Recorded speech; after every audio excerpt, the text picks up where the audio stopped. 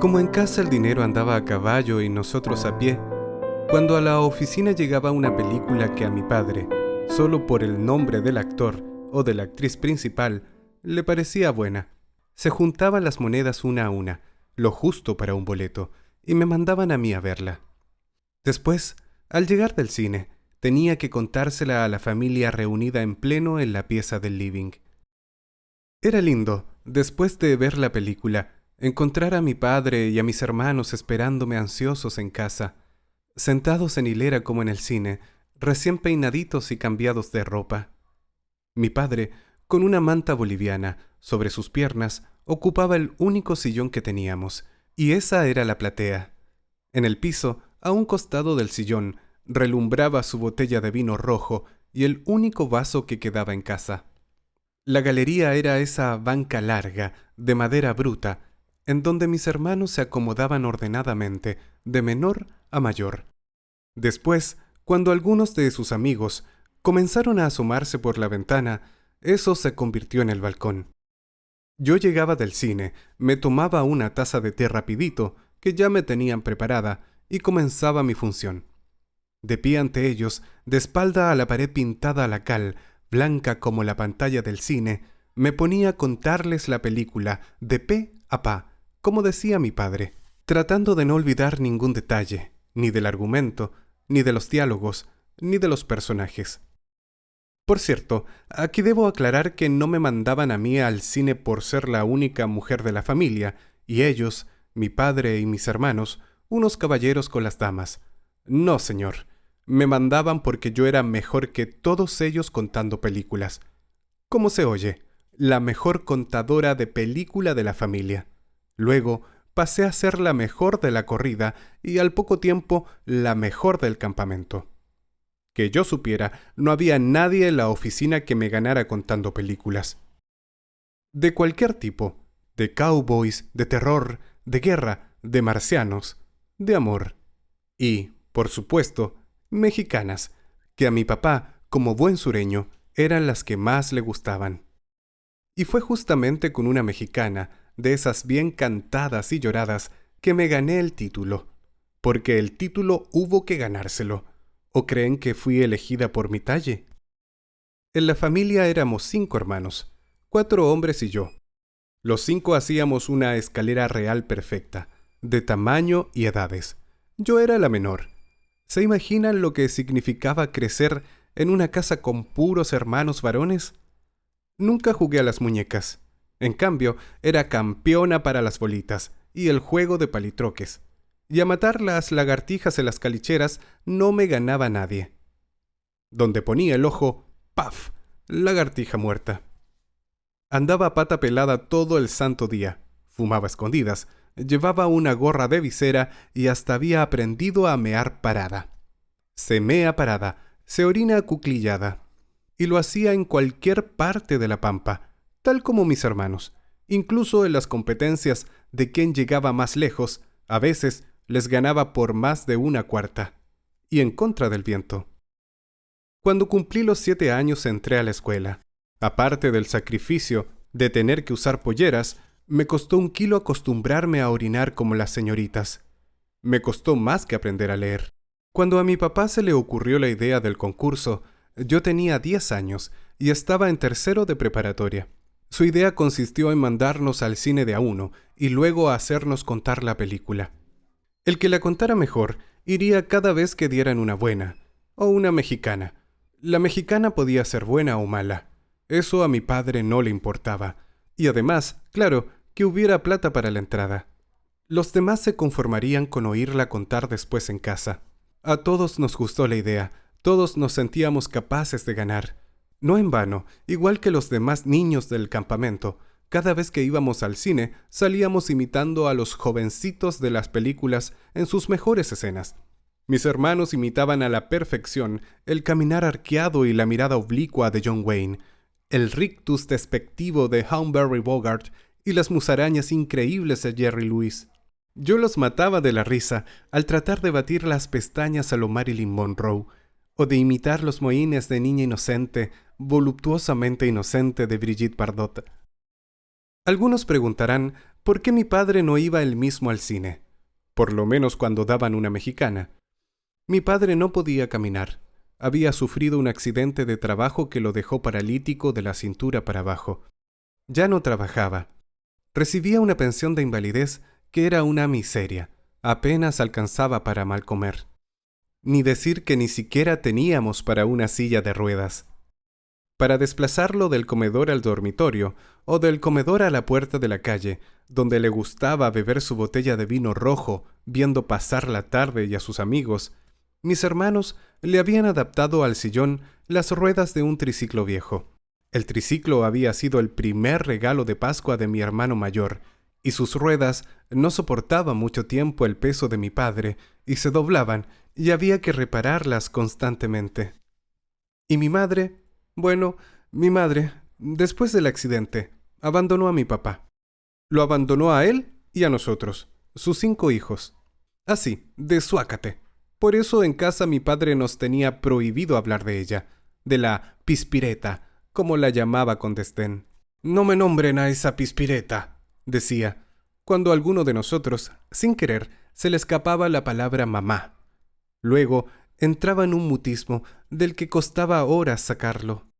Recuerdo que cuando mi madre estaba con nosotros, antes de que ocurriera la desgracia, y éramos una familia completa, mi padre trabajaba y no bebía tanto, y ella lo recibía con un beso al llegar del trabajo. Los fines de semana íbamos al cine los 7 juntos. ¡Cómo me gustaba el ritual de prepararse para ir al cine! Hoy dan una de Eddie Murphy, llegaba diciendo mi padre. Por ese tiempo eran las estrellas las que daban categoría a las películas. Entonces nos poníamos nuestras mejores ropas, incluso zapatos. Mi madre peinaba a cada uno de mis hermanos, los peinaba al limón y con la raya hecha como con regla, menos a Marcelino, el cuarto de mis hermanos, que tenía el pelo duro como crin, y lo peinaran como lo peinaran siempre, le quedaba la cabeza como un libro abierto. A mí me hacía una cola de caballo apercollada con elásticos negros, tan rígida que los ojos me quedaban a punto de saltar de la cara.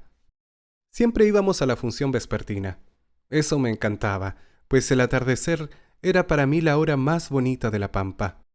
Los últimos rayos del sol pintaban de oro el óxido de las calaminas y los colores del crepúsculo hacían juego con los pañuelos de seda que usaba mi madre. Ella adoraba los pañuelos de seda. Como se acostumbraba en la pampa, nos íbamos por el medio de la calle de tierra, de frente a los arreboles. A mi papá, que caminaba llevando del brazo a mamá, lo saludaban todos los hombres que pasaban. «Buenas tardes, maestro Castillo». «Buenas tardes, don fulano». Yo me fijaba que lo saludaban a él, pero miraban a mi madre. Es que ella era muy linda y joven, y al andar movía las caderas como las actrices de las películas. Al llegar a la esquina del cine, oíamos la música emergiendo de los viejos parlantes, y el corazón se nos henchía de júbilo. En las afueras de la sala había carritos con embelecos. Mi madre compraba pastillas pololeo para ella y papá, y un cambucho de palomitas confitadas para cada uno de nosotros. Entrábamos a la sala casi siempre de los primeros. Nosotros no éramos como las otras personas, que esperaban los acordes de la marcha que indicaba el inicio de la función para entrar a la sala en manada. A nosotros nos gustaba llegar temprano y esperar la película dentro. A mí, la nave del cine en penumbra me causaba fascinación. Me parecía una especie de caverna misteriosa, secreta, siempre inexplorada. Al atravesar las pesadas cortinas de terciopelo, me daba la ilusión de pasar del crudo mundo real a un maravilloso mundo mágico. Nos sentábamos en primera fila, casi pegado a ese enorme telón blanco que yo veía como el altar mayor de una iglesia. La culminación de todo ese ritual lo constituía el instante maravilloso cuando se apagaban las luces, se cerraban las cortinas, se callaba la música y la pantalla se llenaba de vida y movimiento. Yo quedaba como suspendida en el aire. Ese era el clímax del extraño sortilegio que sobre mí ejercía el cine, sobre mí y sobre mi madre. Ahora lo sé. La diferencia entre nosotras y mi padre con mis hermanos era que a ellos el cine solo les gustaba, a nosotras nos volvía locas. Al apagarse las luces, todos se enderezaban y ponían tiesos frente al telón. Yo no. Yo giraba la cabeza para ver aparecer el rayo de luz que salía por las ventanillas de la sala de proyección y recorría el espacio sobre nosotros hasta chocar con la pantalla y estallar en imágenes y sonidos. Y muchas veces, cuando la película no era todo lo entretenida que yo hubiese querido, mucha conversa y poca acción, dejaba de mirarla para contemplar embelesada ese mágico haz de polvo luminoso. Me parecía un prodigio que aquel chorro de luz pudiera transportar cosas tan impresionantes como trenes perseguidos por indios a caballo, buques de piratas en mares tormentosos y dragones verdes exhalando fuego por sus 7 cabezas. Yo entonces pensaba que por ahí fluía también la voz, el estampido de los disparos, las canciones tan bonitas de los mariachis de las películas mexicanas. Luego aprendí que no, como aprendí muchas otras cosas, algunas más bien de corte técnico, por ejemplo, que eran 24 cuadros por segundo, o fotogramas, los que pasaban ante los ojos de los espectadores para hacer la ilusión del movimiento.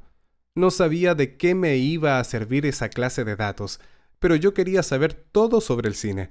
Esto ocurrió cuando me dio por leer las revistas Ekran, que descubrí en la biblioteca de la oficina.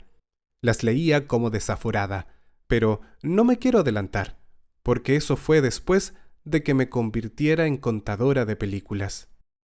Las casas del campamento, como en todas las salitreras de la Pampa, definían perfectamente las 3 clases sociales imperantes: las casas de calamina de los obreros, las casas de adobe de los empleados y los lujosos chaleses de los gringos.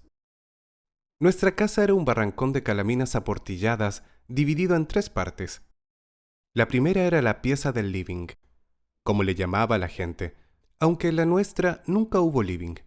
La segunda hacía de dormitorio y la parte del fondo de cocina y comedor. En el dormitorio cabían exactamente las 3 camas de fierro forjado que teníamos. En una dormía mi padre, en la otra mis 3 hermanos más grandes y en la tercera mi hermano Marcelino y yo. Yo para la cabecera, él para los pies. De mayor a menor, los nombres de mis hermanos eran Mariano, Mirto, Manuel y Marcelino. El mío es María Margarita. Como ya se habrán dado cuenta, mi padre tenía una fijación con los nombres que comenzaban con M. Esto, según le oí contar una vez, desde que le cayó la chaucha que, además de él llamarse Medardo, su madre se llamaba Martina y su padre Magno.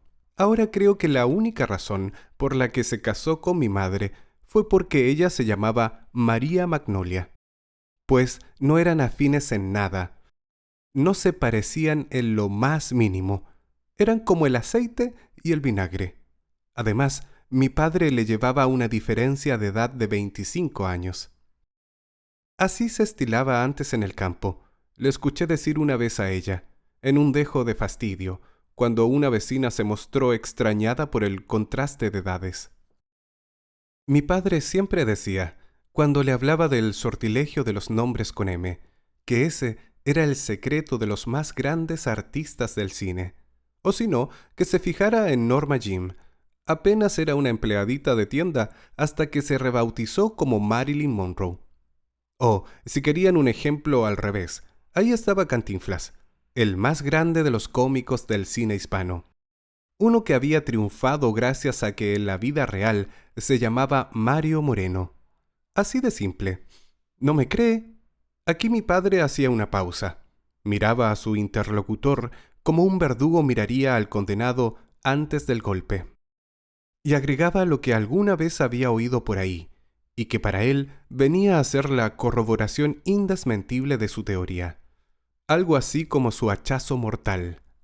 «¿Sabía usted, paisita?», decía, saboreando sus palabras, «que en sus comienzos, cuando era solo un artista de circo, Mario Moreno actuaba a dúo con un cómico llamado Manuel Medel?»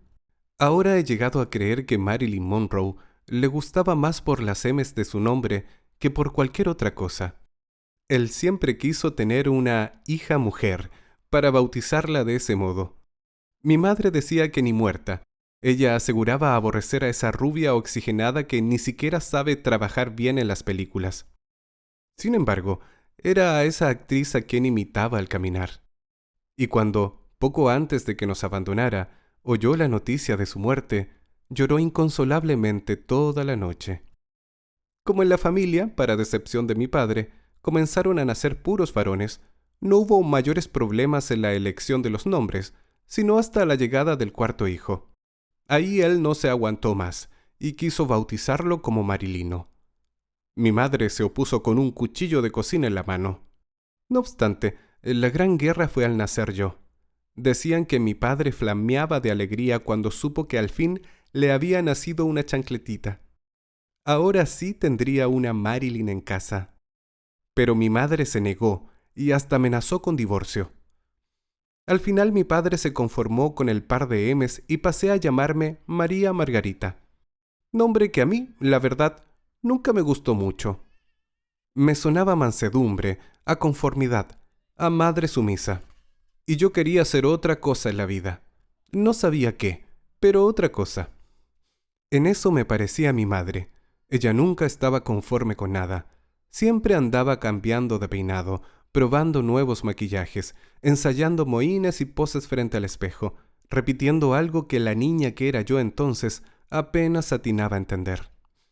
¿Por qué conformarse con ser luciérnaga, digo yo, pudiendo ser estrella? Y se contoneaba como loca frente al espejo. Por eso, cuando me hice conocida como contadora de películas, me busqué un nombre más afín con mi arte. Pero me sigo adelantando en la historia. Debo confesar que nunca imaginé que sería yo la ganadora del concurso de quien contaba la mejor película. Mi hermano Mirto, el segundo, apodado El Pájaro, que en casa era el encargado de las compras, era el favorito de todos. Incluso yo hubiese votado por él a ojos cerrados. Él siempre fue alegre y parlanchín y andaba todo el día contando cosas que le ocurrían. Tenía mucho sentido del humor. En cambio, mi hermano Mariano, el mayor, que por su tartamudez le decían el Caterpillar, él se encargaba de cocinar, pese a ser el más inteligente de todos y más serio que cabo de guardia. Como decía mi padre, no tenía ninguna posibilidad por su tara en el habla. El pobre había comenzado a tartamudear cuando se fue nuestra madre. A mi hermano Manuel, el tercero, encargado del aseo, ni siquiera le gustaba mucho el cine. A él le interesaba el fútbol más que ninguna otra cosa en este mundo. Era un pichanguero impenitente. Sus partidos duraban todo el día, el primer tiempo en la mañana y el segundo en la tarde, con un breve descanso para almorzar. Por su costumbre de hacer un morro de tierra cada vez que iba a patear la pelota, lo apodaron El Morrito. En la Pampa todo el mundo lucía con orgullo la escaparela de un sobrenombre. El que no lo tenía era un nonato, un don nadie, no existía. Mi cuarto hermano, Marcelino, alias el cabeza de libro, tenía alma de artista. Le gustaba dibujar y pintar con lápices de colores.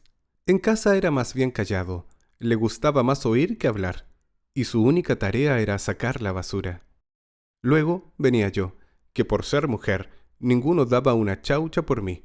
Ellos pensaban que las mujeres solo eran buenas para hacer las camas y lavar platos, de lo que yo me ocupaba en la casa. Y por lo mismo, no tenía ninguna chance. Sin embargo, habían 3 cosas que me daban ventaja sobre ellos, aunque entonces ni yo misma lo sabía. La primera, que me devoraba las historietas de Apollon Cassidy, de Jane Austen, de Kit Cole y de todos los héroes del viejo oeste. Y ellos no leían nada. La segunda, que era loca por los radioteatros, afición que había heredado de mi madre, quien, conmigo en brazos, nunca se perdía un capítulo de Esmeralda, la hija del río. Y la tercera, era algo que hasta mi papá ignoraba. De pequeña mi madre me hacía dormir contándome películas románticas, sus preferidas, cosa que no hizo con ninguno de mis hermanos. Estas cosas son más de nosotras las mujeres, decía, haciéndome un guiño de complicidad que yo adoraba. El primero en ir al cine fue mi hermano Mariano, el Caterpillar. Su narración fue un desastre. Ese día dieron una de guerra, alemanes contra norteamericanos, y lo único que se le entendía y le salía de corrido al pobrecito era el tableteo de las metrallas. Y la mímica. La mímica le salía genial. Yo creo que en tiempos del cine mudo, él lo hubiera hecho muy bien. A mi hermano Mirto, el pájaro, le tocó ver una de indios, de Jack Palance. Su narración fue extraordinaria. El galope de los caballos, los disparos, los gritos de los indios, las señales de humo. Si hasta nos parecía oír el silbido de las flechas pasando por sobre nuestras cabezas. ¡Zum! Lo único malo era que Mirto lo hablaba todo en huevadas y cagadas. Entonces, cuando el huevón sacó la pistola y disparó a la cabeza de la huevona, quedó la mansa cagada, porque los demás huevones ni cagando se iban a dejar que las cagaran de esa... A Manuel, que no lo hacía mal, le tocó una de vampiros. Sin embargo, lo perdió el amor. A los 12 años, estaba enamorado de la hija del dueño de la tienda más surtida de la oficina. Era el único de los hermanos que pololeaba. Y se pasó la hora y 45 minutos que duró la película abrazando a la niña que chillaba de miedo. Lo de mi hermano Marcelino fue el colmo de la mala suerte. Callado por naturaleza. A este niñito hay que sacarle las palabras con tirabuzón, decía mi madre cuando estaba en casa. Le tocó ver El viejo y el mar, una película casi sin parlamento. Su narración no duró más de 5 minutos. 2 semanas después, por fin me tocó a mí, la hermana mayor, María Margarita, M.M., como me decía a veces mi padre. Aunque yo no tenía apodo oficial, sabía que por lo bajo algunos niños me llamaban la Marimacha. El apodo, por cierto, no era muy refinado, pero si se fijan, está compuesto por 2 palabras que empiezan con M. Durante esas 2 semanas llegaron varias películas buenas, y algunas muy buenas, pero no hubo plata para comprar el boleto. Era mediado de mes y alcanzaba apenas para comer y para la botellita de vino de mi padre. «Hay que esperar el pago de la pensión», decía él, y resultó que justo ese día apareció en la cartelera del cine nada menos que Ben-Hur, la película que todo el mundo en la oficina esperaba con ansiedad. Mis hermanos estaban locos. Todos querían ir al cine. O por lo menos que fuera Mario, decían, que hasta el momento era el que mejor había contado la película. Pero mi padre, que era un hombre justo, se negó. «Ahora le toca el turno a María Margarita y María Margarita va a ir. He dicho». La película duró 3 horas. Lloré más que Sara García, la anciana actriz del cine mexicano. Nunca una película me había gustado tanto. Después supe que, aparte de ser larga, había sido la película más cara de la historia y que había ganado 11 premios Oscar. Además, Charlton Heston era uno de los actores que más me gustaba. Llegué a casa con los ojos enrojecidos.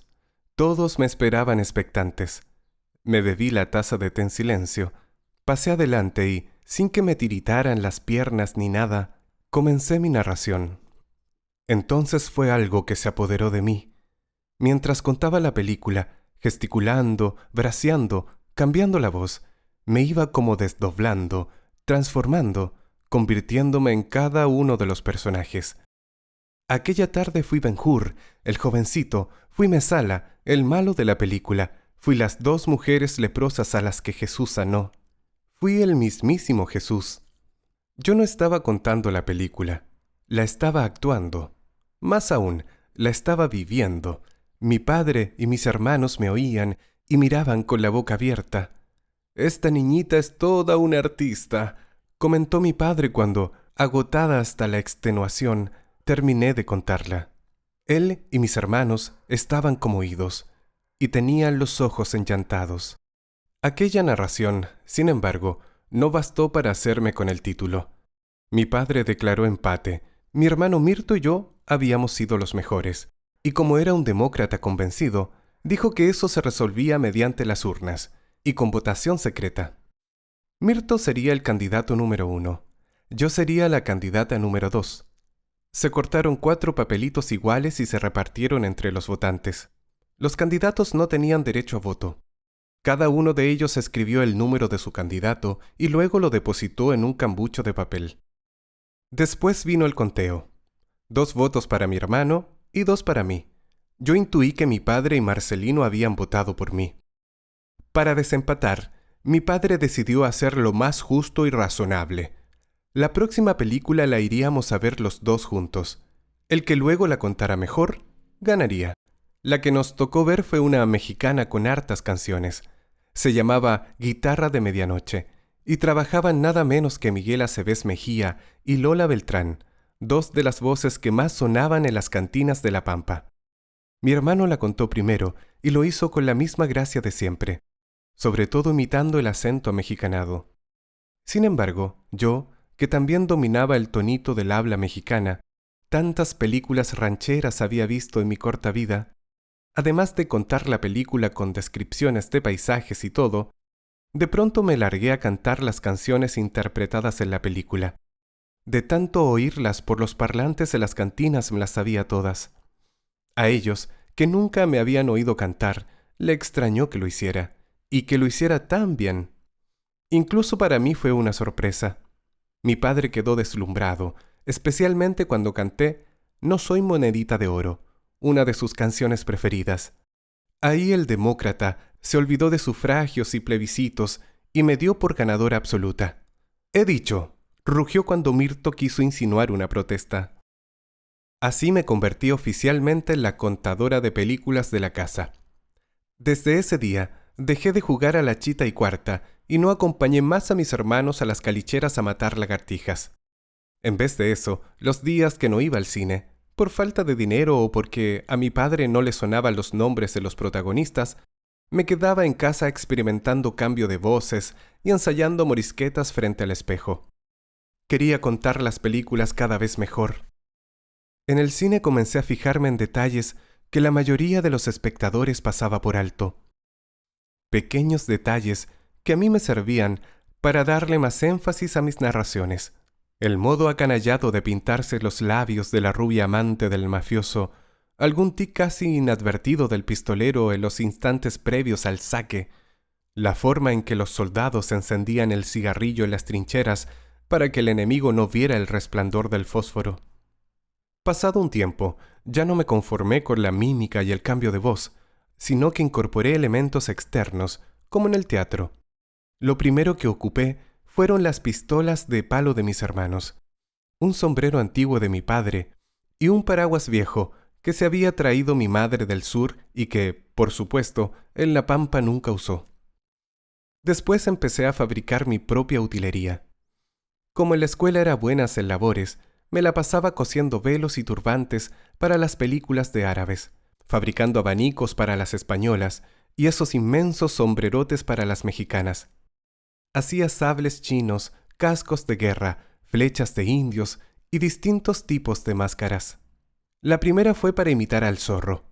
Lo que más gusto me causó, sin embargo, fue confeccionar y ensayar con el tonguito, el bastón y el bigote mosca de Carlitos Chaplin, mi camarada de espíritu. Todas esas cosas las guardaba en un cajón de té puesto al alcance de la mano, junto a la pared blanca. Uno de los problemas del cine de la oficina era que continuamente se cortaba la película. Cuando eso ocurría, quedaba la trifulca en la sala.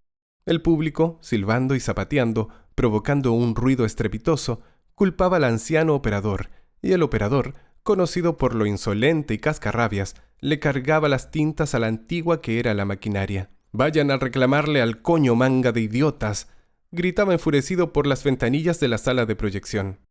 El coño era el concesionario del cine, un español que además tenía una tienda de ropa y administraba el camal. Al final los únicos que perdíamos éramos los espectadores, pues siempre al reponerse la película le habían escamoteado varias escenas. Aunque eso para mí era lo de menos. En casa no tenía ningún problema en imaginar o inventar los actos que le habían birlado.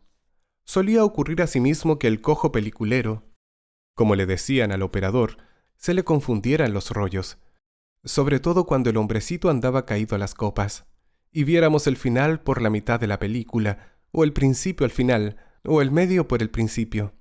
Entonces todo se volvía una majamama y nadie entendía un carajo. En estos percances, aunque un tanto más complicada, tampoco me era muy difícil ordenar la historia en mi mente y contarla después de principio a fin, como correspondía. Creo que en el fondo yo tenía alma de conventillera, pues además, con solo mirar las 2 o 3 fotos pegadas en el cartel, por la mirada lasciva del cura, el mohín inocente de la niña y el gesto cómplice de la beata, yo podía inventar una trama, imaginar toda una historia y pasarme mi propia película. Mi talento, sin embargo, no se sustentaba solo en la loca imaginación de la que era dueña, ni en mi buena memoria, ni en las florituras aprendidas de mi madre, ni de los roncos narradores de los radioteatros. En vez de decir, entonces la besó en la boca, yo me regodeaba un poquito más. Entonces apagó el cigarrillo, la miró a los ojos, la rodeó con sus brazos fornidos y posó sus labios en los de ella. Nada de eso importaba tanto como la concentración. Lo principal era la concentración. Yo tenía un poder de concentración a prueba de todo, a prueba de la gente que iba al cine a conversar, a prueba de los gritos de los más pequeños, a prueba de los chirlitos en la cabeza que repartían desde atrás los barrabases más grandes. Pero, sobre todo, a prueba de esos niños licenciosos, un tanto mayores que iban al cine no a ver películas, sino a atracarle el bote a las niñas. Para ellos era como un deporte. Si una no se dejaba, nos trataban de cabras chicas y se iban donde otra. Se sentaban junto a la que estuviera sola y de a poco le tomaban la mano. Luego trataban de abrazarla, de besarla, alentados por las niñas más resueltas o más medrosas. Algunos llegaban a la osadía de estrujarles los senos o de meterles las manos entre las piernas. Una vez un barrabás de los más grandes decían que por una apuesta les sacó los calzones rosados a una niña, los hizo girar triunfalmente por sobre las cabezas y los lanzó al aire. Y como la película estaba aburridísima, los espectadores, con gran alborozo, comenzaron a lanzarse los unos a otros. Yo no me dejaba, aunque dijeran que me hacía la mosquita muerta. Me importaba un comino. Verdad era que a mis cortos años ya había jugado juegos de papá y mamá con los amigos de mis hermanos. Pero al cine yo iba a ver la película. Por ningún motivo podía desconcentrarme. Lo que sí me provocaba inconvenientes, y grandes, eran las películas con escenas de infidelidad conyugal.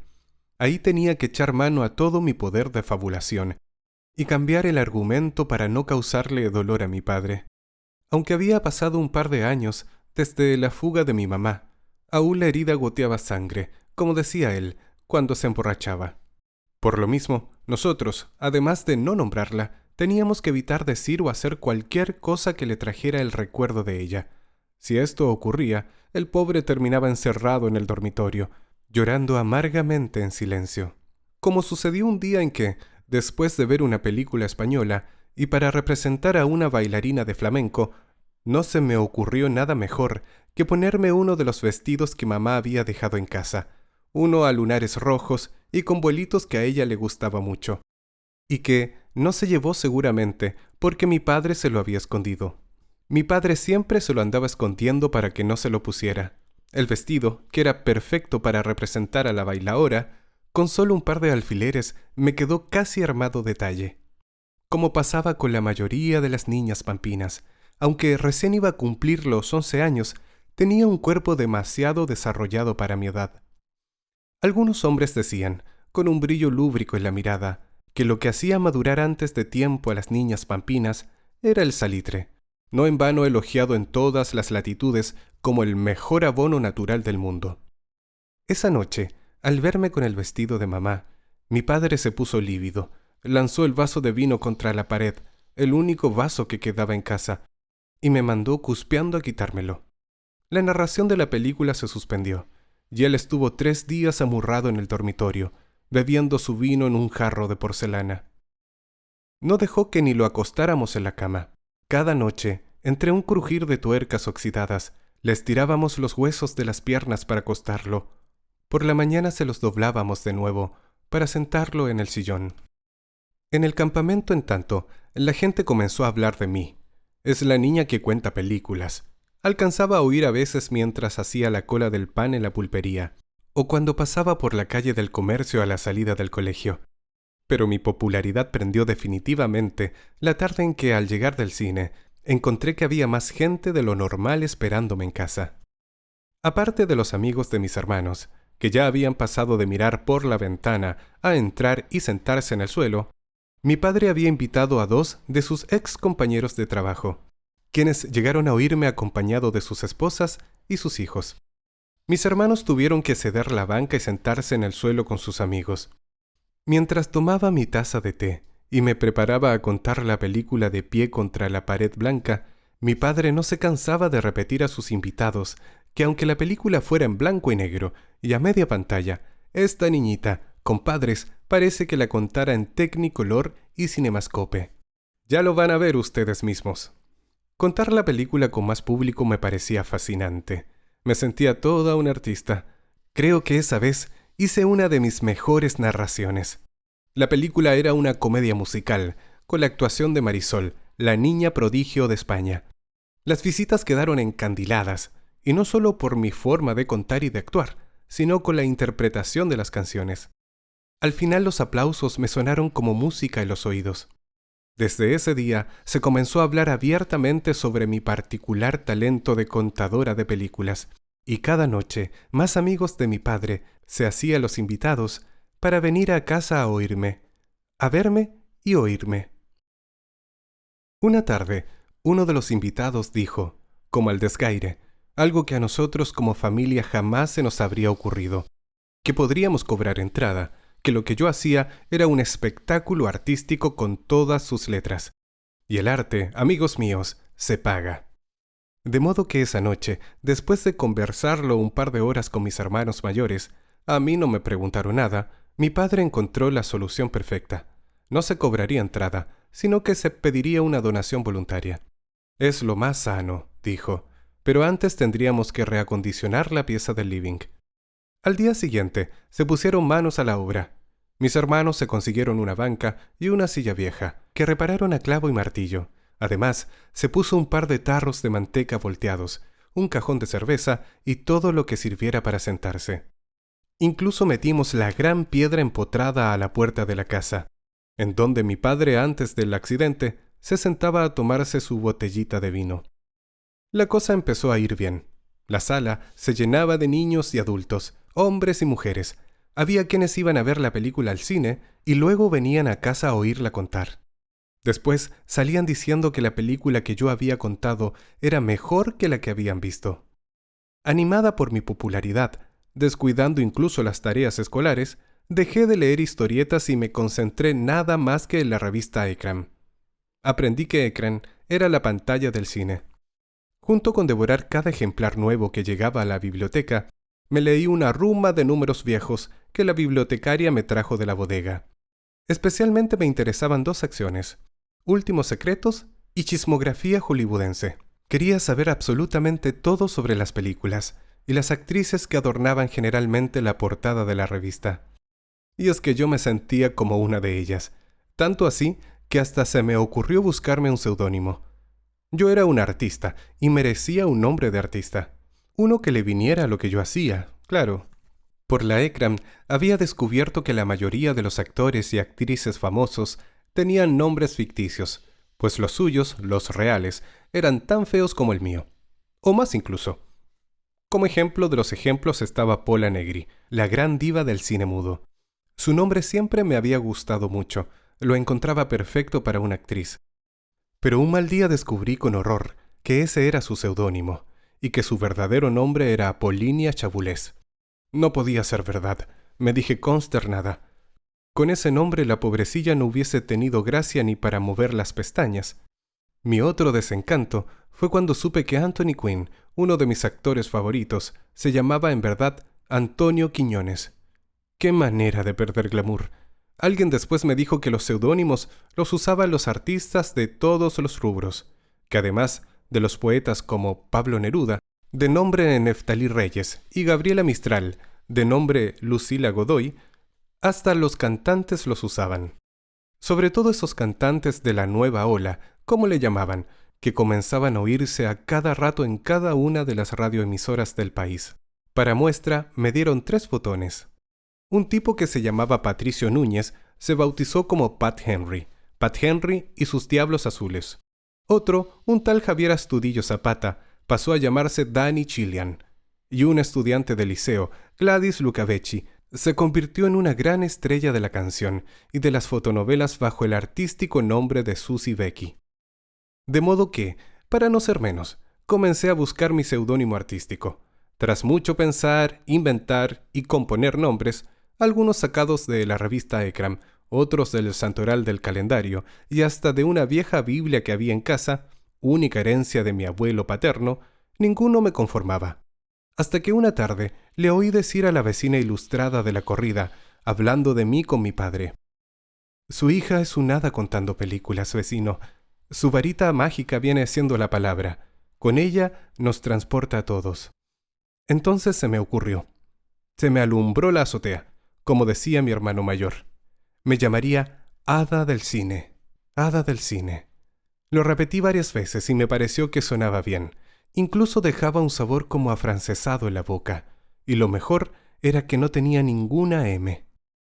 De modo que de la noche a la mañana, casi sin darnos cuenta, el living se convirtió en algo así como una pequeña sala de cine contado.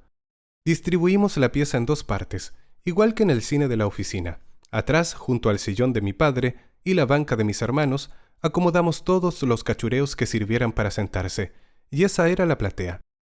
La galería pasó a ser la parte de adelante, en donde todos, especialmente los niños, se sentaban en el suelo. La ventana, que era el balcón, se suspendió, se cerró, se le puso la tranca. Y no solo para que nadie viera y oyera sin dar su donación, sino porque algunos niños de la otra corrida, con los que mis hermanos se andaban agarrando a pedradas desde siempre, comenzaron a dejarse a caer en las horas en que yo contaba las películas, y se ponían a lanzar cosas por la ventana: chicles, escupos, globos con aguas, zurullos secos. Una vez arrojaron un pericote vivo. En la puerta pusimos una pizarra en donde diariamente escribíamos el título de la película a contar y la hora en que comenzaba la función. En la parte de abajo, con letra más chica, agregamos: «No se admiten perros». Mi padre era el encargado de recibir las donaciones. Sentado en su sillón con ruedas, se instalaba en la puerta con una caja de zapatos en las rodillas. Los donativos no pasaban más allá de 5 pesos, los adultos, y 1 peso, los niños. En el cine la entrada costaba 50. Mi hermano mayor hacía de portero, y los demás de acomodadores. Para graficar lo bien que nos iba, basta decir que los niños sin 1 peso se turnaban en los agujeros de las calaminas para verme. Además, uno de los vendedores de embelecos del cine, aprovechando el tiempo entre el término de la vespertina y el comienzo de la nocturna, que era la hora de mi función, se venía a parar afuera de la casa. Vespernoche le puso mi hermano Mirto a la hora de mi función. Los días en que no podía ir al cine, porque daban solo para mayores de 21, no me hacía mayor problema. Como tenía una memoria que podría llamar fílmica, repetía la película de más éxito durante la semana.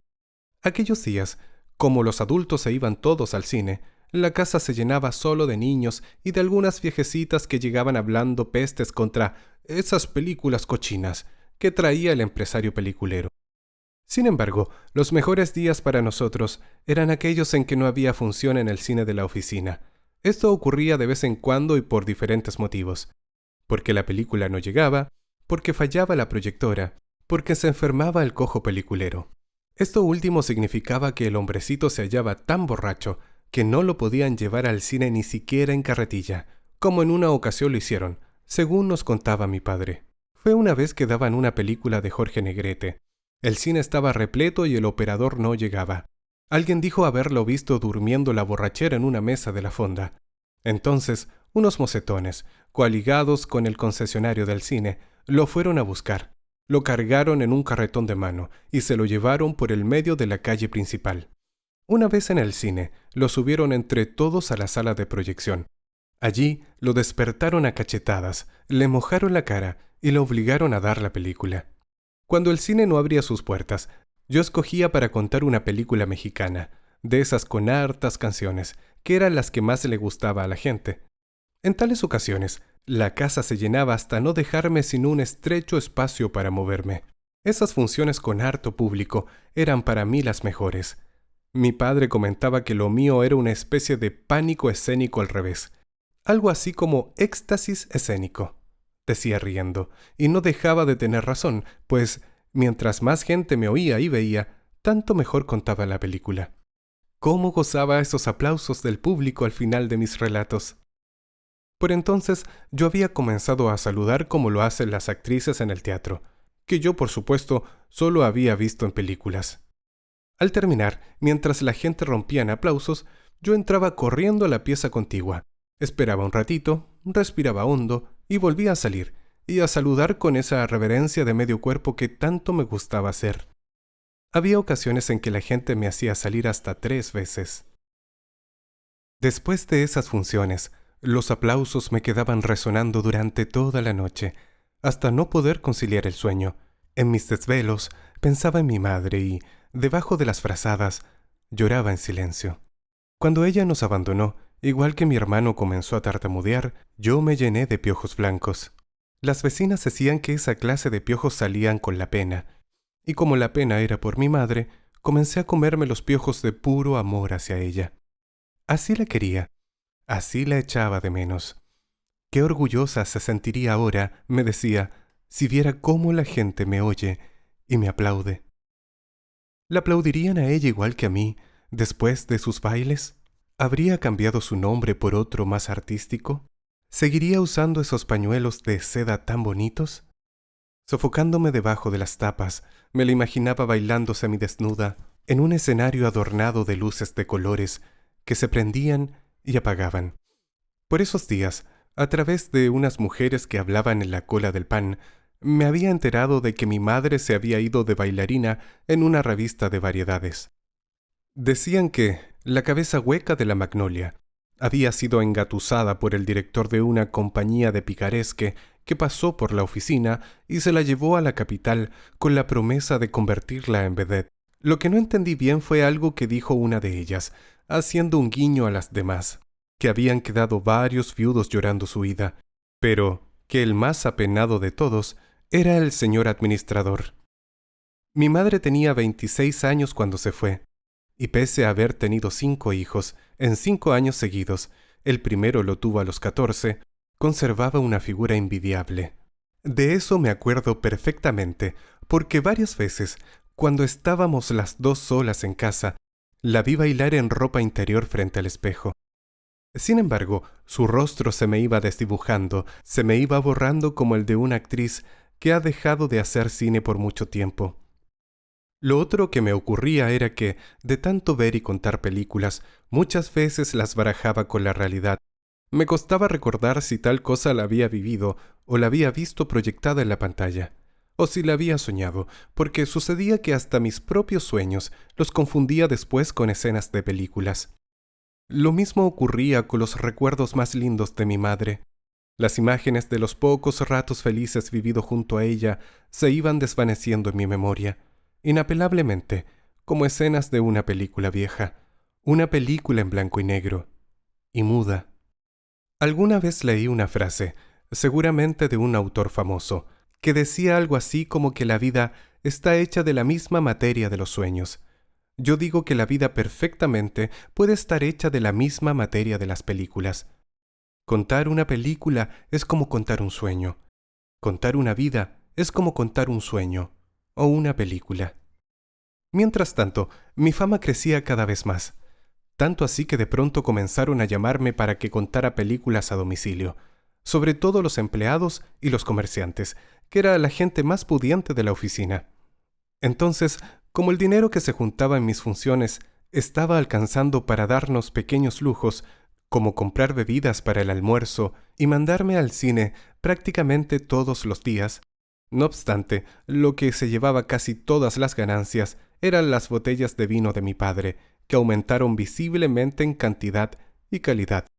No sé a quién se le ocurrió la idea de mandar a imprimir tarjetas de presentación, con ribetes dorados y una letra llena de ringorrangos. Hada del cine, contadora de películas. Ahí fue que comenzó mi desgracia. La primera persona que me contrató fue doña Mercedes Morales, la costurera que vivía frente a la plaza, una de las mujeres más buenas que he conocido en mi vida. La señora Mercedes me mandó a buscar para que le contara La Violetera, película interpretada por Sarita Montiel y Ralph Ballot, que solo una semana antes se había dado en el cine. Ella no había podido verla, porque había bajado al puerto a comprar géneros y botones. Yo la recordaba perfectamente, y la canción que daba título a la cinta me la sabía de memoria, pues siempre la tocaban en la radio. Además, la tarde que la canté en casa había recibido uno de los aplausos más largos de mi naciente carrera. De modo que ese día, después de almuerzo, partí al domicilio de la costurera. Mi hermano Mirto, obligado por mi padre, me ayudó a llevar el cajón de té con toda la utilería española. La mujer quedó encantada y fue muy generosa. Además de regalarme una blusa de tafetán, de color morado y con vuelitos, me pagó más de lo que juntábamos en 2 días de donaciones en la casa. De ahí en adelante comenzaron a llamarme Tupido de otros hogares. Casi siempre era para contarles películas a ancianas o a ancianos enfermos, que no podían ir al cine. El problema era que algunos me pedían películas muy antiguas o que yo no había visto. Con las antiguas no había problemas, partiendo de lo poco que me acordaba y con lo mucho que ponía de mi cosecha. Podía perfectamente salir del paso. Solo una vez me atreví a contar una que no había visto. Fue cuando me llamó doña Filiberta, la dueña de la única pastillería de la oficina. La anciana, un tanto loca según la gente, estaba por morir y quería que le contara un viejo film, dijo film, de Libertad Lamarque. La película se llamaba Besos Brujos y doña Filiberta, poniendo los ojos en blanco, dijo que le traía recuerdos de un amor inolvidable. Me contó que la escena que más recordaba era cuando Lamarque, bañándose en un bello lago de aguas azules, aunque las películas en esos tiempos eran en blanco y negro, ella dijo aguas azules, cantaba una canción preciosa que se llamaba Como el pajarito.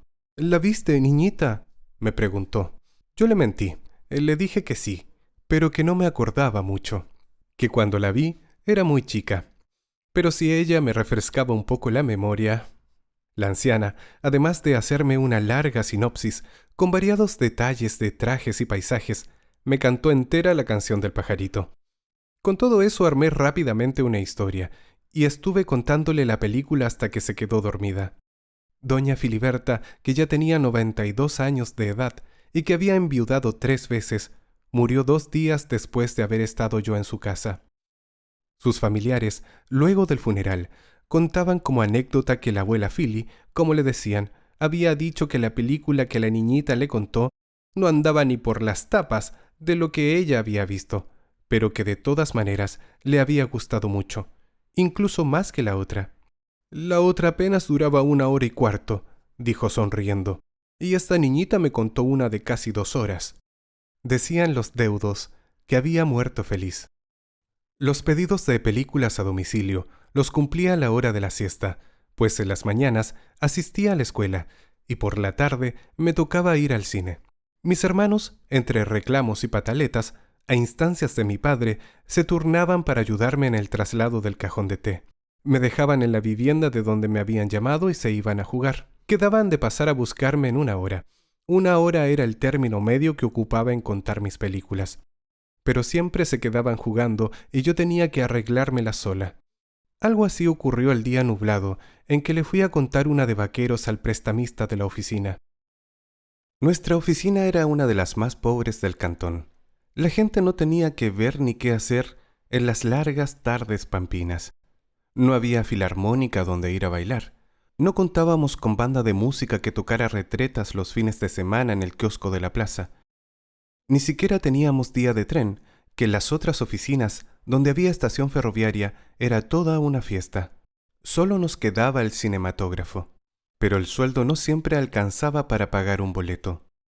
Todo el mundo vivía de fiado, y para conseguir algo de dinero, antes de los días de pago, la mayoría acudía a empeñar la tarjeta donde el prestamista.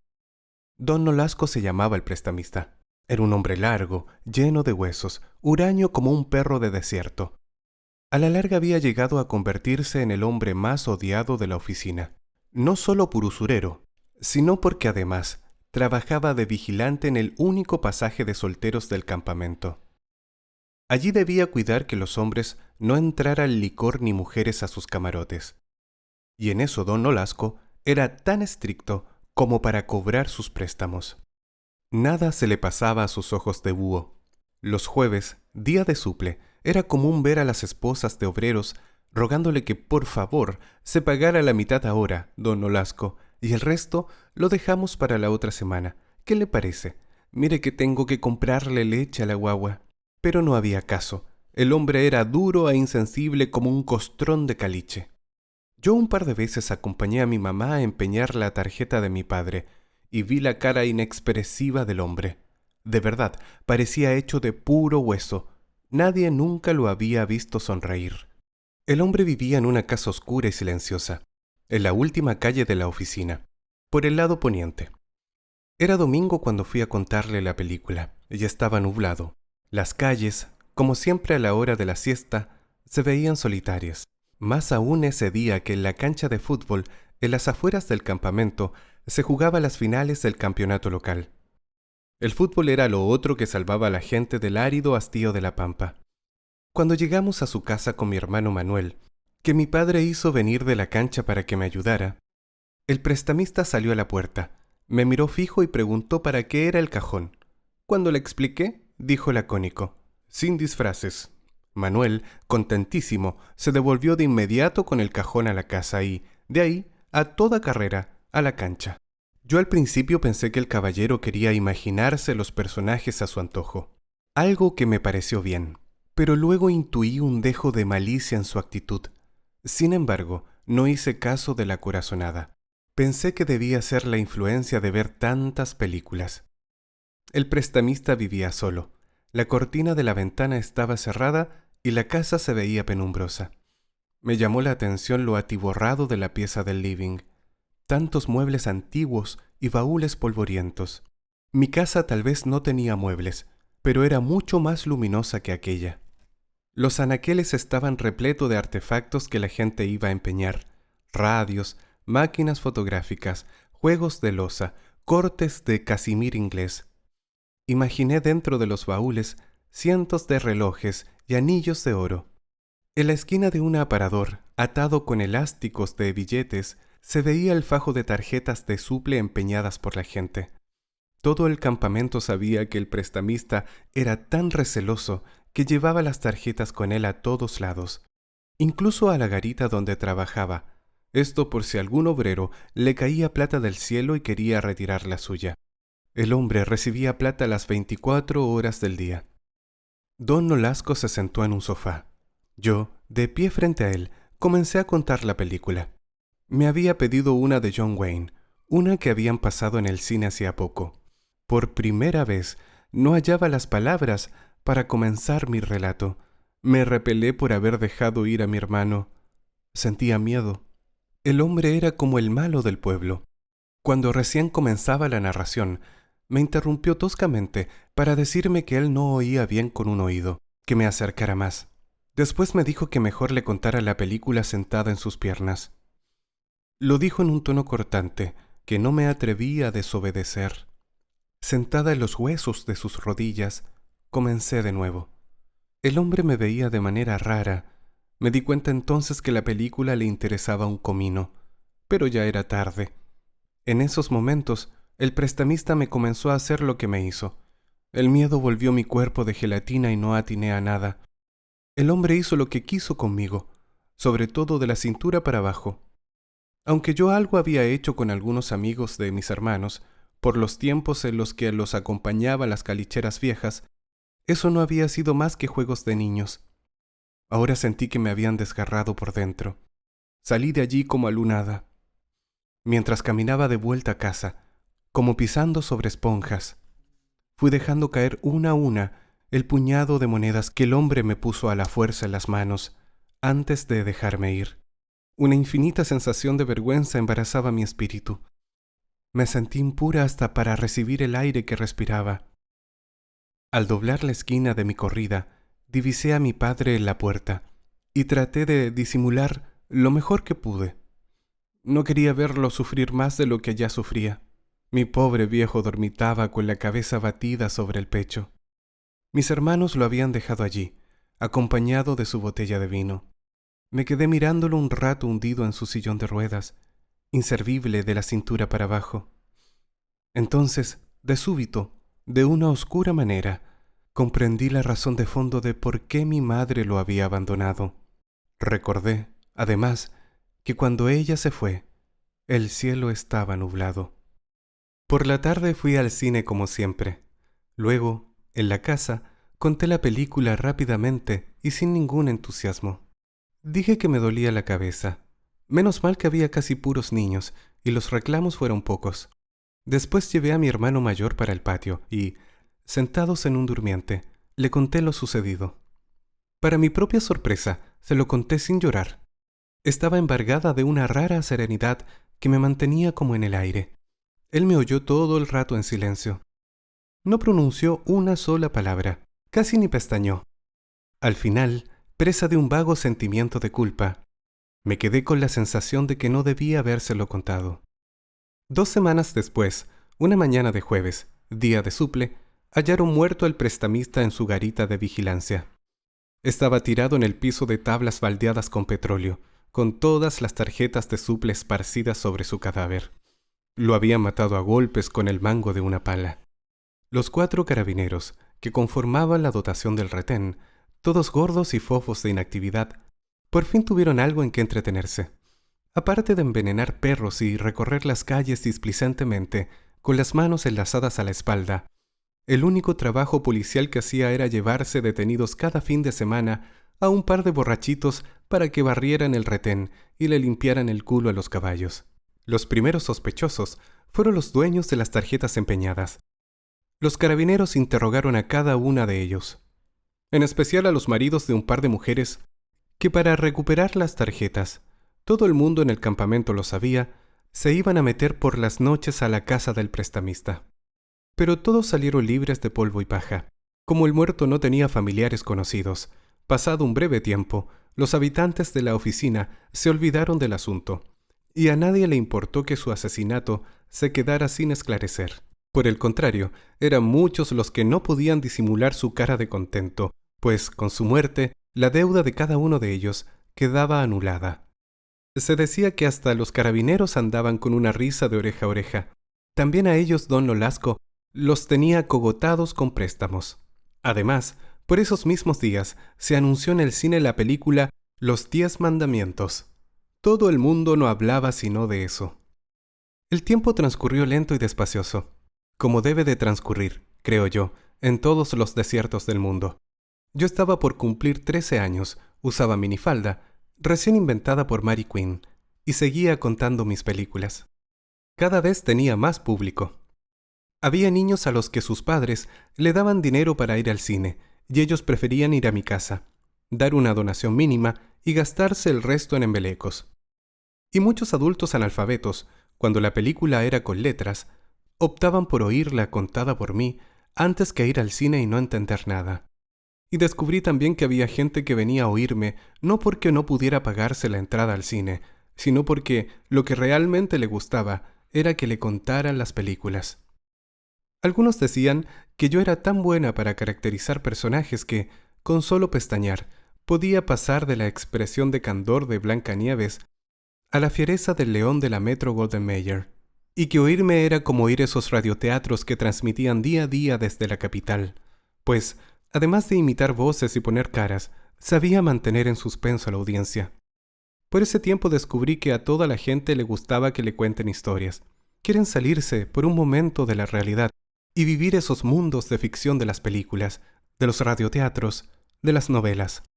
Incluso les gusta que le cuenten mentiras, si esas mentiras están bien contadas. De ahí el éxito de los estafadores hábiles en el habla. Sin pensarlo siquiera, yo había llegado a convertirme para ellos en una hacedora de ilusiones, en una especie de hada, como decía la vecina. Mis narraciones de películas los sacaban de esa nada agria que era el desierto y, aunque fuera por un rato, los transportaba a mundos maravillosos, llenos de amores, sueños y aventuras. A diferencia de verlos proyectados en una pantalla de cine, en mis narraciones, cada uno podía imaginar esos mundos a su antojo. Alguna vez leí por ahí, o vi en una película, que cuando los judíos eran trasladados por los alemanes en esos cerrados vagones de ganado, con solo una ranura en la parte alta para que les entrara un poco de aire, mientras iban cruzando las campiñas olorosas a hierba húmeda, Elegían el mejor narrador entre ellos y, haciéndolo trepar sobre sus hombros, lo subían hasta la ranura para que les fuera describiendo el paisaje y contándoles lo que veía al paso del tren. Yo ahora soy una convencida de que entre ellos debió haber muchos que preferían imaginar esas maravillas contadas por su compañero, a tener el privilegio de mirar ellos mismos por la ranura. Meses después, murió mi padre. Expiró una tarde en la casa, sentado en su sillón de ruedas, mientras yo contaba una película mexicana. Creo que fue justo en los instantes en que me oía interpretar ella, el tema más hermoso de José Alfredo Jiménez. Yo no podía saber que esa canción le traía el recuerdo de la traición de mi madre. Me cansé de rogarle, me cansé de decirle que yo sin ella de pena muero. Ya no quiso escucharme. Si sus labios se abrieron, fue para decirme, ya no te quiero. Se quedó ahí, sentadito en un sillón, con su manta boliviana cubriendo sus piernas inútiles. Se quedó con los ojos abiertos, aferrado a su tazón de vino rojo. Solo nos dimos cuenta de su muerte al final de mi narración, cuando no rompió en aplausos como era su costumbre. El practicante de la oficina habló de un infarto. Además del dolor de quedarnos solos en el mundo, estaba el problema de la casa. Mis hermanos y yo nos íbamos a quedar sin tener dónde vivir. Después del accidente, la compañía le había dejado seguir usando la vivienda a mi padre solo por su impecable hoja de vida laboral. En todos sus años de trabajo jamás se ausentó, ni siquiera por enfermedad. Trabajaba de lunes a domingo, incluyendo los días festivos, sin excluir Navidad ni Año Nuevo, y hasta 2 turnos seguidos si era necesario. Esa era una de las cosas que le reprochaba a mi madre. Pero ahora que él no estaba, no había ninguna persona mayor que respondiera por la familia. Lo normal era que tuviéramos que entregarle la casa. Por suerte, a Mariano, que le faltaban solo algunos meses para cumplir los 18 años, le dieron un trabajo de mensajero. De ese modo la compañía nos dejó seguir habitando en ella. Mucha gente dijo que había sido por lástima del señor administrador, pero yo, con mis 13 años ya cumplidos, con un cuerpo que representaba no menos de 16, me daba cuenta de que no había sido por lástima. Lo supe por cómo el gringo no dejó de mirarme en el cementerio el día del funeral de mi padre. De modo que seguimos viviendo en la oficina y ocupando la misma vivienda, asignada ahora a mi hermano mayor. Ese año yo salí de la escuela, con mi 6º año de preparatoria cumplido, y pasé a ser la dueña de casa. Además de hacer las camas y lavar los platos, tuve que aprender a cocinar y a lavar la ropa. Por las tardes seguía contando películas. Casi al cumplir los 14, la misma edad en que mi madre tuvo a su primer hijo, me hice amante del señor administrador. Pero durante el tiempo transcurrido entre la muerte de mi padre y la llegada de mis 14 años, ocurrió una serie de sucesos en mi vida, un rosario de circunstancias nefastas que me fueron llevando irremediablemente a los brazos del gringo. Un gringo viejo y colorado, de acinatrados ojos azules, que hacía rato me andaba tallando el naipe, como decía mi padre, de los hombres que él creía andaban detrás de mi mamá. Lo de acinatrados ojos azules, ya lo saben, es por Frank Sinatra, otro de mis actores favoritos.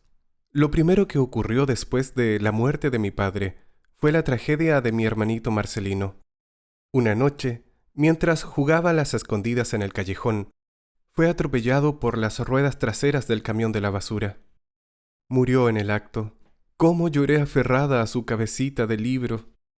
Tiempo después, mi hermano Mirto, que nunca había pololeado, se engolosinó con una viuda joven que andaba de visita en la oficina. Una viuda negra que le sorbió el seso de tal manera que no dudó en irse con ella a la ciudad de Coyhaique, más de 4.000 kilómetros al sur del país. Se fue sin avisarle a nadie. Él tenía 16 años, la viuda 28. Después, un club de fútbol profesional, que andaba de gira por el norte, hizo un partido de exhibición con un equipo de la oficina. Cuando vieron jugar a mi hermano Manuel, se encandilaron de tal manera con sus fintas y cachañas que se lo llevaron a la capital para entrenarlo en las divisiones inferiores. Por lo menos él se despidió.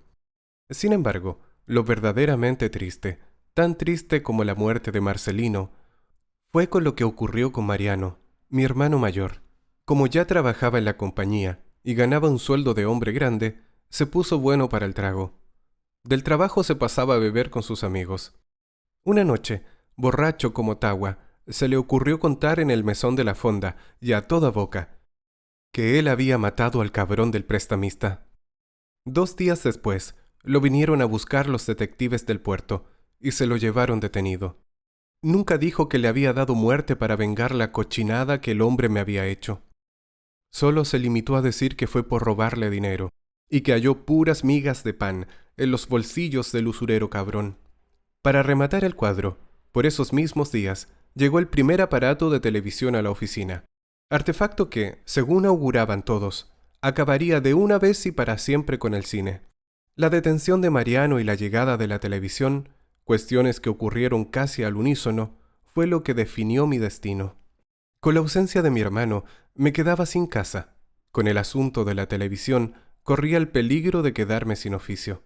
El día que llegó el primer aparato de televisión a la oficina, fue un verdadero espectáculo.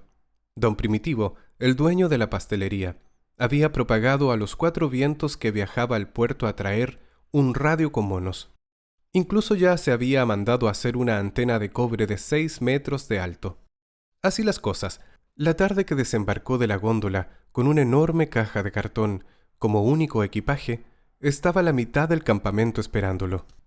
El más corpulento de los jóvenes se echó al hombro la caja que decía Westinghouse y echó a andar rodeado por el gentío. Mientras una manga de niños saltaba a su alrededor tratando de tocarla, los más viejos, excitados por la emoción, le decían que se fuera despacito por las piedras del muchacho, que esos bicharracos eran delicados, como si de verdad se hubiese tratado de la imagen de la Virgen de la Tirana. El aparato llegó a la pastelería seguido de una verdadera procesión de fieles. Eso a mí me lo contaron después. A esas horas yo estaba viendo una de Cowboys con Gary Cooper. Cuando llegué a casa no había nadie esperando. Me hice una taza de té y me la tomé tratando de no pensar en nada más que en la película recién vista. Esperé un rato sentada en la mesa. Luego me ceñí el cinturón con las pistolas de palo y el sombrero de ala ancha, y frente al espejo me puse a practicar la mirada de acero de Gary Cooper. Ejercité un rato el saque, desenfundaba las pistolas lo más rápido posible, disparaba, las hacía girar con el índice y las volvía a enfundar. Hacía poco había aprendido que los cowboys engrasaban la cartuchera y pulían el punto de mira para sacar más rápido. Mis pistolas no tenían punto de mira, de modo que solo me quedaba engrasar las cartucheras. Mañana mismo conseguiría un trozo de grasa en la pulpería. Después me paré en la puerta, pero no llegó nadie. Alguien que pasó corriendo me gritó desde la otra vereda que toda la gente estaba donde Don Primitivo, viendo la novedad de la televisión. Cerré la casa y me fui a ver qué tanta bulla. En la pastelería, con el catálogo en las manos, ayudado por el electricista del campamento, estaba Don Primitivo afanado en hacer funcionar el armatoste. Lo había instalado en una de las repisas detrás del mostrador, entre los frascos de caramelos y el soporte de los cigarrillos.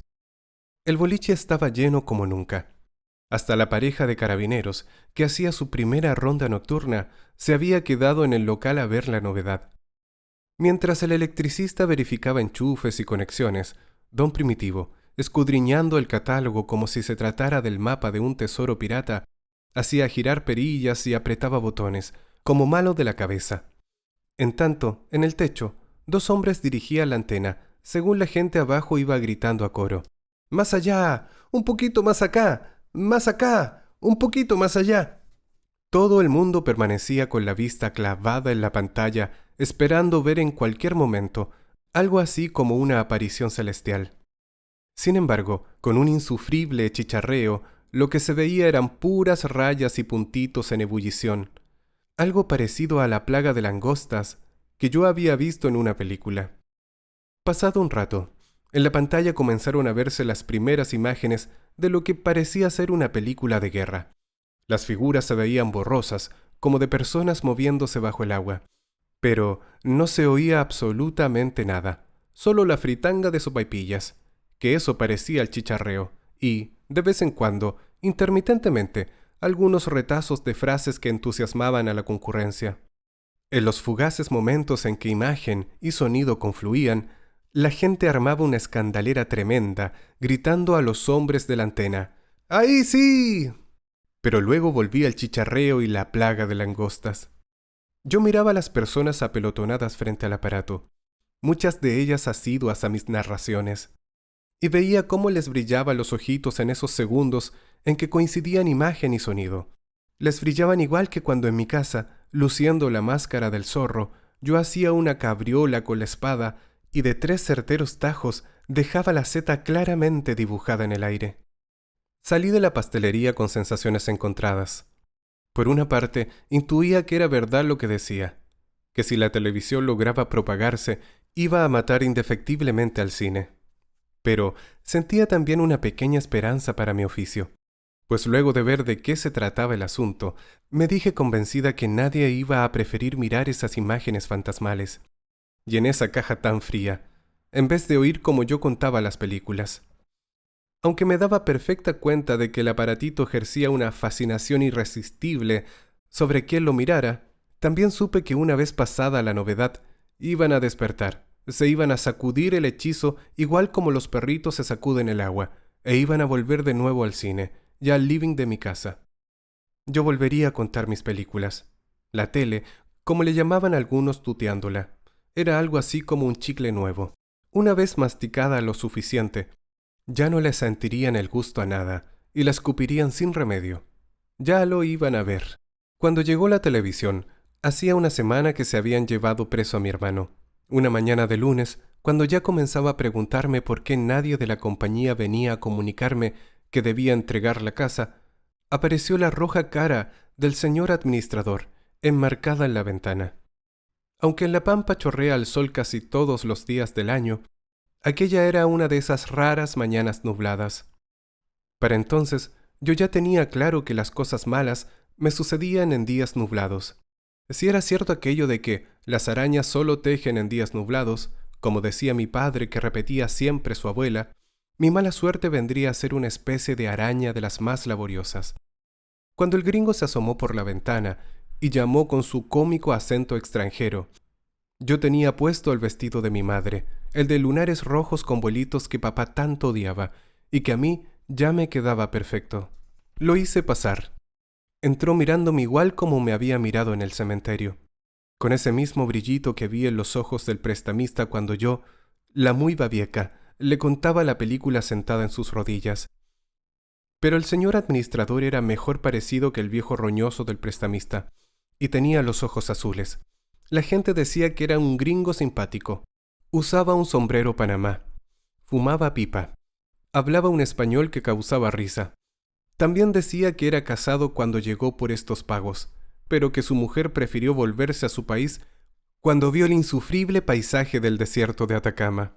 Aquí las mujeres se convierten en estatuas de sal, dicen que dijo. El señor administrador me preguntó si sabía que tenía que entregar la casa. Le dije que sí. Me preguntó si tenía dónde irme. Le dije que no. Me preguntó si me quería quedar. Le dije que sí. Me preguntó si sabía hacer otra cosa que contar películas. Le dije que no. Entonces me quedó mirando, expertamente, como se miraría a un caballo de carrera. Luego le dio una pensativa chupada a su pipa y comenzó a pasearse recortado contra la pared blanca donde yo contaba mis películas. Me puse a observarlo en silencio. Cuando se detuvo y, mesándose la barbilla, volvió a mirarme, recordé, por su gesto de mesarse la barbilla, haberlo visto una vez en casa hablando con mi madre. Eso fue por el tiempo en que mi padre aún trabajaba. «Veremos qué se puede hacer por ti, muchacha», dijo al final. El asunto fue que terminé trabajando de empaquetadora en la pulpería, y por las noches, durmiendo a los brazos del señor administrador. Aunque no estábamos en el campo, y aquí no se estilaba, yo tenía 14 años, y el gringo 51. La televisión se fue apoderando del campamento como una epidemia desconocida y altamente contagiosa, y al parecer sin antídoto conocido. Después de la pastelería de Don Primitivo, fue en el club de empleados donde instalaron un nuevo aparato. Después en el sindicato de obreros, después en la pastillería de la finadita doña Filiberta. Después, la gente empezó a encalillarse y a comprar su propio aparato. Antes de un año, todos tenían uno en su casa. Los obreros de 14 pulgadas, los empleados y jefatura de 23. Los techos de las corridas de casa se convirtieron en bosques de antenas y una jerga de palabras nuevas comenzó a oírse por todos lados. Audio, señal, selector, canal, set. La televisión había llegado para quedarse. Por primera vez en el cine, se comenzó a ver filas enteras de asientos vacíos. De igual forma, la gente dejó de ir a sentarse a la plaza. Hasta las calles comenzaron a verse más desiertas de lo que siempre se veían, sobre todo a la hora que en la tele se daba Barnabas Collins, una empalagosa serial de vampiros. En cuanto a mí, solo de vez en cuando, alguna anciana enferma, y sin televisor, me mandaba a buscar para que le contara una película antigua. O me invitaban a cantar en el sindicato de obreros como número de relleno para alguna velada artística. En esas ocasiones, aunque los aplausos ya no eran los mismos, yo volvía a ser feliz. Fue por ese tiempo que ocurrieron algunas cosas que cambiaron el mundo. Aparecieron los hippies, el hombre llegó a la luna, lo mostraron por televisión. Salvador Allende llegó al poder. Una vez pasó el comandante Fidel Castro por la calle principal del campamento. Solo alcanzamos a verle la barba flotando tras los vidrios de una camioneta. En el sur, en su pueblo natal, se suicidó mi madre. Se colgó de una higuera. Dijeron que había sido uno de sus pañuelos de seda, esos que tanto adoraba. Yo me enteré 2 meses después. Entretanto se produjo el golpe de estado del general Pinochet. Con el golpe desaparecieron muchas cosas. Desapareció gente, desapareció el tren, desapareció la confianza, desapareció el señor administrador. Pusieron un militar a ocupar su puesto. Yo volví a quedar sola. Él se fue sin despedirse. Decían que se había vuelto a su país. Otros murmuraban que lo habían fusilado. Al final le habían tomado cariño al gringo. Aunque a veces se emborrachaba y me golpeaba, no era mala persona. Hasta me regaló un televisor. En el fondo era un solitario y un sentimental. Sufría mucho por su esterilidad. De alguna forma era como mi padre, inútil de la cintura para abajo. Después, ya se sabe, vino el cierre de la oficina. Se fue toda la gente. Se iban llorando. Yo me quedé sola. No tenía a dónde irme ni con quién irme. De mi hermano Mirto, que se escapó con la viuda, nunca más supe. Lo mismo de Manuel, el futbolista. Jamás se le oyó nombrar en alguno de los clubes de la capital. Alguien me dijo una vez que lo vieron borracho en un burdel de Valparaíso. Y Mariano aún está en la cárcel. Cuando estaba por cumplir la condena por la muerte del prestamista, tuvo un altercado con otro reo y lo mató. Él quedó herido. Lo condenaron a otros tantos años. Solo un par de veces pude ir a visitarlo. Me pidió que no fuera más, que le hacía mal. A mí también me hacía mal. En sus gestos veía el gesto de los malos de las películas. Hablaba escupiendo por el colmillo. Además, después de matar al prestamista, había dejado de tartamudear. Y eso a mí me causaba una especie de pavor inexplicable. Mi última visita fue cuando le llevé la noticia de la muerte de nuestra madre.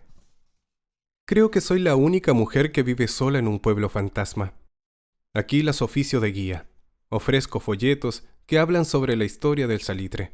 Ofrezco fotos antiguas, revistas Ekran, muñecas de trapo, camioncitos de lata, cosas que encuentro en mis recorridos por las casas abandonadas.